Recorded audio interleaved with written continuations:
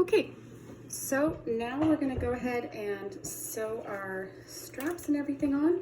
So I thought I would just do at least one video of this to help show how that's gonna happen. So the way I like to start is by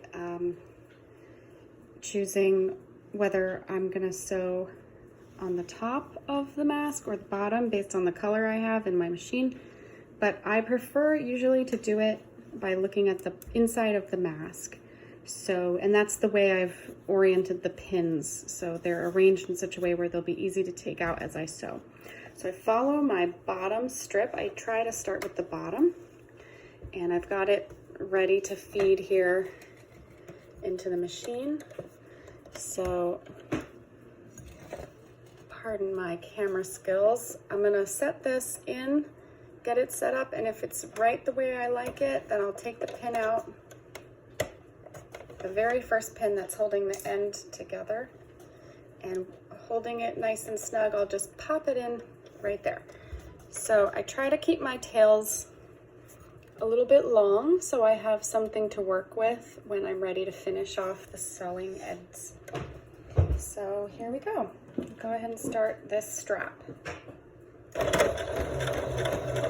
I give it a little start, and then I actually hold on to the string and I pull it as it feeds through so it doesn't get stuck on the foot of the machine. Once it gets going, it usually is pretty good by itself. The other thing that I wanted to point out is that I'm sewing pretty close to the edge of the fabric. So it's about, I don't know, 1/8 of an inch.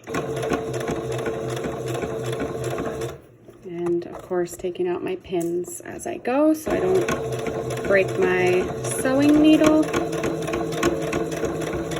And if you're good at going fast, you go fast. I'm not so good at going fast.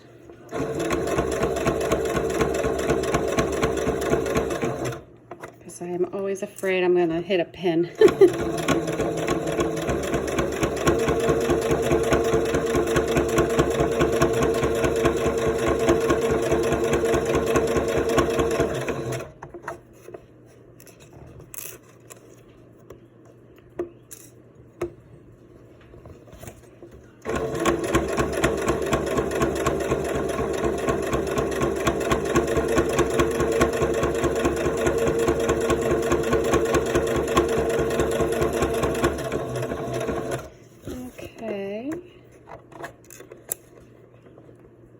So I'm going to do that until I reach the edge of the mask, and then I'll show you what's next.